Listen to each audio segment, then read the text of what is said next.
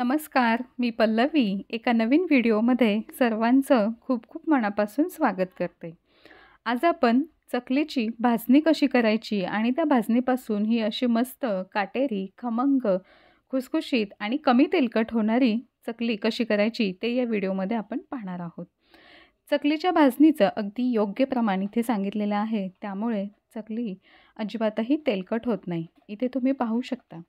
हे बघा, एक चकली मी तुम्हाला इथे तोडून दाखवते की आतून अशी मस्त पोकळ, हलकी आणि अजिबातही तेलकट झालेली नाही आहे.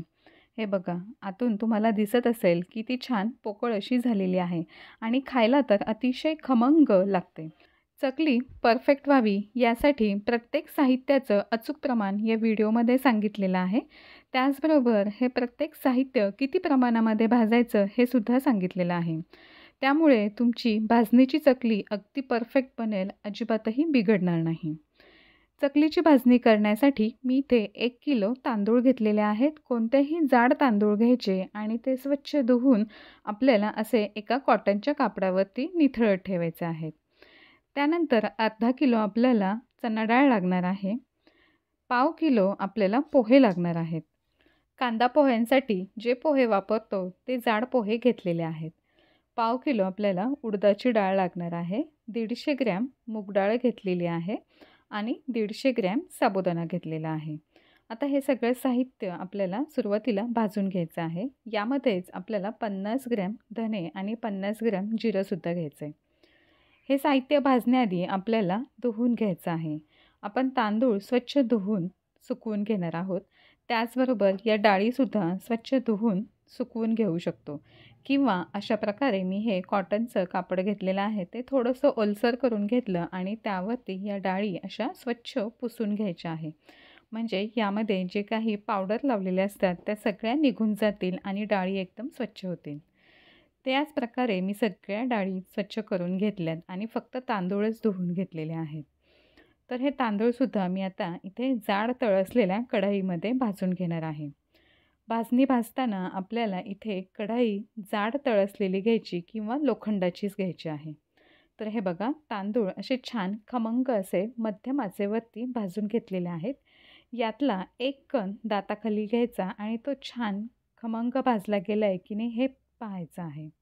तर याच प्रकारे सगळे तांदूळ भाजून घेतले. आता यानंतर मी ही चणा डाळ घेतलेली आहे. जी आपण अर्धा किलो चणा डाळ घेतली आहे, निम्मी निम्मी करून आपण इथे भाजून घेऊया. डाळी भाजताना इथे आपल्याला थोडी थोडी करून कढईमध्ये घालायची आहे आणि छान खमंग अशी भाजून घ्यायची आहे.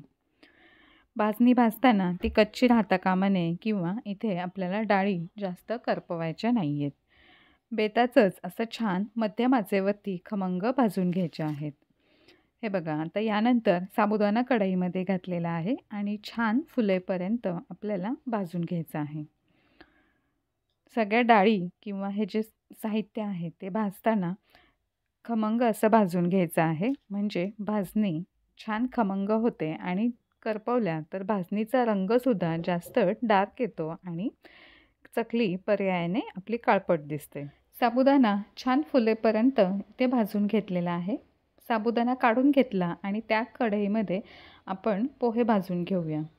पोहे भाजताना सुद्धा थोडे थोडे करून असे छान भाजून घेऊया, म्हणजे खमंग भाजले जातात आणि एकसारखे असे भाजले जातात. हे बघा, खूप जास्त असं आपण गडद रंगावरती न भाजता किंवा न करपवता आपण सगळे जिन्नस छान असे खमंग भाजून घेत आहोत. इथे तुम्ही पाहू शकता की पोहे छान कुरकुरीत होईपर्यंत आपण असे भाजून घेत आहोत. आता याच पद्धतीने आपण बाकीच्या डाळीसुद्धा भाजून घेऊया.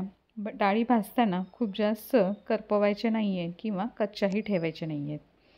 तर याच पद्धतीने हे बघा, सगळे जिन्नस असे छान मध्यम ते मंद आचेवरती भाजून घेतलेले आहेत. सगळे पदार्थ असे भाजून झाल्यानंतर सर्वात शेवटी आपण धने, जिरे आणि यामध्ये 1 चमचा मेथीदाणे घालायचे आहेत. फक्त पोहे खाण्याचा 1 चमचा एवढेच आपल्याला मेथीदाणे घालायचे आहे, यापेक्षा जास्त घालू नका. मेथीदाणे घातल्यामुळे या भाजणीला खूप छान खमंग वास येतो. हे सगळे पदार्थ छान खमंग असे भाजून झाल्यानंतर एका ताटामध्ये काढून घ्यायचे. ताटामध्ये काढल्यानंतर पूर्णपणे थंड करायचे आहेत. थंड झाल्यानंतर आपल्याला गिरणीवरती हे बारीक दळून आणायचं आहे.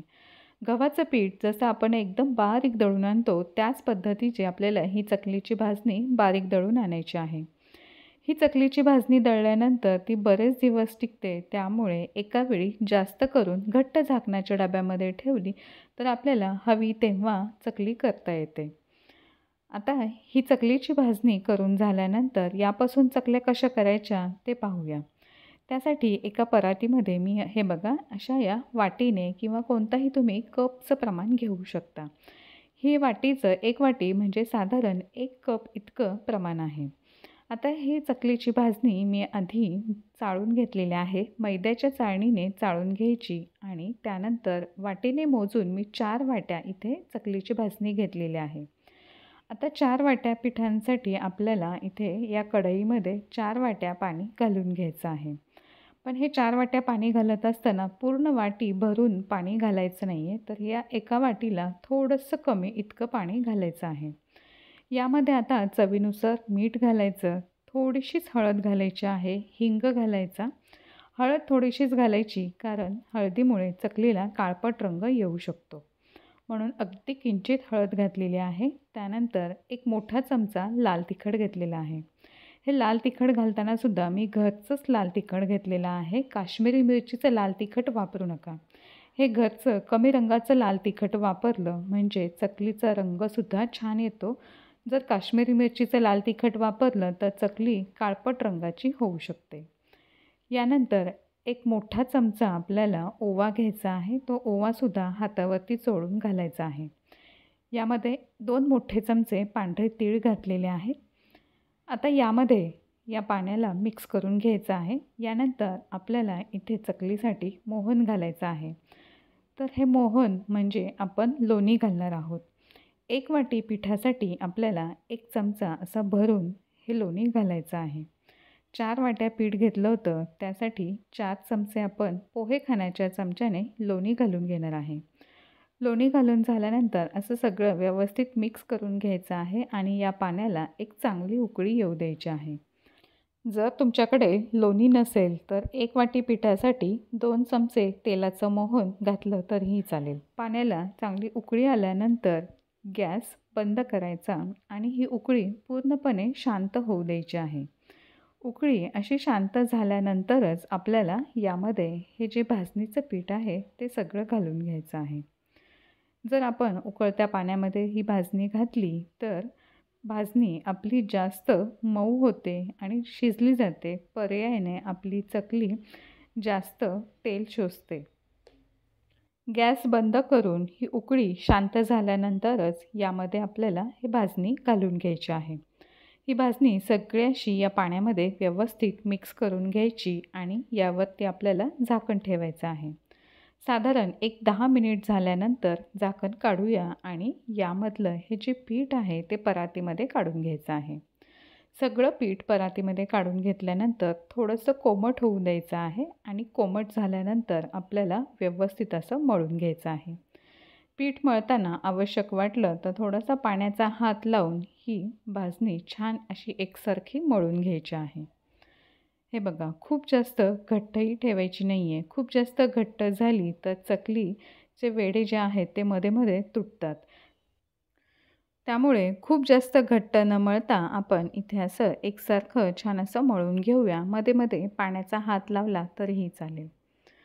खूप जास्त घट्ट झालं तर चकली करताना मध्ये मध्ये तुटली जाते आणि जर पीठ जास्त पातळ झालं तर चकलीला काटे व्यवस्थित येत नाही. त्यामुळे अशा प्रकारे इथे व्हिडिओमध्ये जसं दाखवलं आहे त्या प्रकारे आपल्याला इथे पीठ मळून घ्यायचं आहे. हे बघा, इथे तुम्ही पाहू शकता.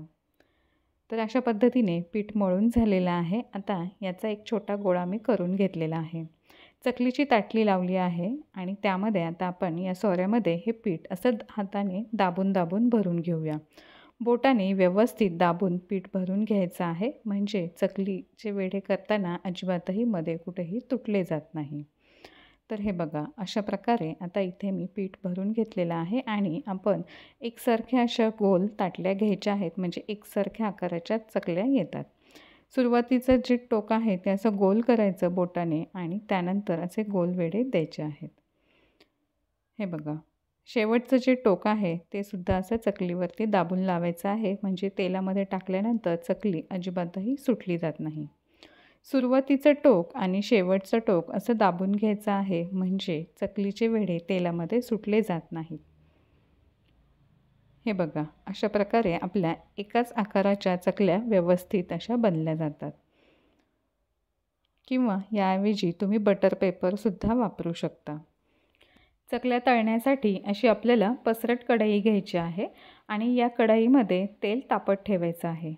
तेल चांगलं तापले की नाही हे पाहण्यासाठी पिठाची छोटीशी गोळी या तेलामध्ये सोडून बघितली. ती अशी थोडीशी कच्चीच राहिली पाहिजे, म्हणजे तेल मध्यम आचेवरती तापलेलं असेल की चकल्या चांगल्या तळल्या जातात. खूप जास्त तेल तापलेलं असेल तर त्यामध्ये चकल्या पटकन करपल्या जातात आणि आतून कच्च्या राहतात आणि नंतर अशा चकल्या मऊ पडतात. त्यामुळे चकली तळण्यासाठी आपल्याला इथे तेल मध्यम आचेवरतीच तापवून घ्यायचं आहे. हे बघा, अशा 3 ते 4 चकल्या आपण एका वेळी तळून घेऊ शकतो.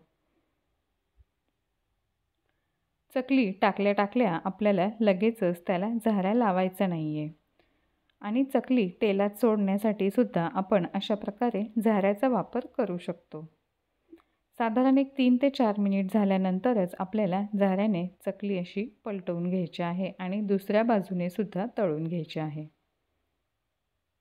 एकसारख्या आचेवरती आपल्याला या चकल्या अशा छान तळून घ्यायच्या आहेत. चकली तळण्यासाठी थोडा वेळ जास्त लागतो, पण आपल्याला एवढा वेळ द्यावाच लागतो. नाहीतर आत्ता चकली छान खुसखुशीत लागते आणि काही वेळाने नंतर ती मऊ पडू शकते. त्या चकली तळताना इथे तुम्ही पाहू शकता की अशा प्रकारे आपण मध्यम आचेवरती ही चकली तळून घेतलेली आहे. हे बघा, दोन्ही बाजूने छान अशा या एकसारख्या रंगावरती चकल्या तळल्या गेलेल्या आहेत. आता या आपण काढून घेऊया. चकली तळताना अजून एक गोष्ट लक्षात ठेवायची आहे. जर गॅस आपण कमी ठेवला, मंद आचेवरती जर आपण चकल्या तळू लागलो तर चकल्या तेलामध्ये विरघळू शकतात. त्यामुळे आपण या मध्यम आचेवरतीच चकल्या तळून घ्यायच्या आहेत. अशाच प्रकारे आपण बाकीच्या सर्व चकल्या इथे आता तळून घेऊया. त्यानंतर चकली तळल्यानंतर सुद्धा आपल्याला ही चकली घट्ट झाकणाच्या डब्यामध्ये ठेवायची आहे. त्यामुळे ती नंतर अजिबातही नरम पडत नाही. तर अशा प्रकारे तुम्ही ते पाहू शकता. मस्त अशी कमी तेलकट आणि खमंग अतिशय खुसखुशीत अशी आपली ही चकली बनली जाते. आतून अतिशय पोकळ आणि खायला चविष्ट अशी लागते. या व्हिडिओमध्ये ज्या काही छोट्या छोट्या टिप्स दिलेल्या आहेत त्या नक्की तुम्ही फॉलो करा आणि अशा प्रकारच्या खमंग खुसखुशीत चकल्या घरच्या घरी नक्की बनवून बघा. हा व्हिडिओ तुम्हाला कसा वाटला हे कमेंटमध्ये नक्की सांगा.